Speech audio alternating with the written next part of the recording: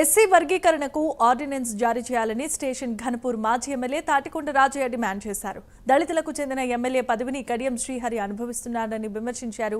ఎస్సీలను ఏబీసీడీలుగా వర్గీకరించడానికి కడియం శ్రీహరి పెద్దన్నలాగా పనిచేయాలి కానీ రిజర్వేషన్ మాత్రమే వాడుకోవడం విడ్డూరంగా ఉందన్నారు. రేవంత్ రెడ్డి మాలల చేతిలో కీలుబొమ్మలాగా మారారని ధ్వజమెత్తారు.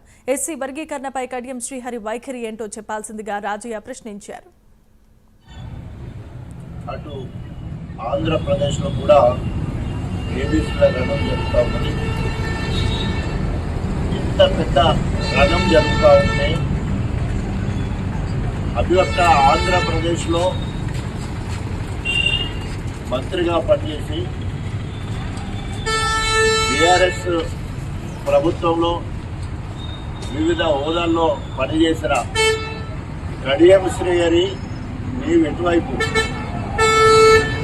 నీ వైఖరేంటి?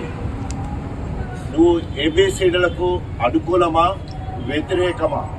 ఈరోజు దళితులకు చెందవలసిన ఎమ్మెల్యే పదవి మాదిగా ఉపకులం అని చెప్పుకుంటున్న బైన్ల కులానికి చెందిన వాడిగా నువ్వు ఎమ్మెల్యే, అదేవిధంగా నీ బిడ్డ కడియం కావ్య గారు ఎంపీగా ఉన్నారు. ఈరోజు కాంగ్రెస్ పార్టీకి పోయినా ఏదో మార్పు చేద్దామని లేదా అభివృద్ధి చేద్దామని చెప్పి నువ్వు నీకింత సుదీర్ఘ అనుభవం ఉన్న కడియం శ్రీహరి నువ్వు వీళ్ళను ఏబీసీలుగా వర్గీకరించడంలో పెద్దన్న పాత్ర పోషించాలి.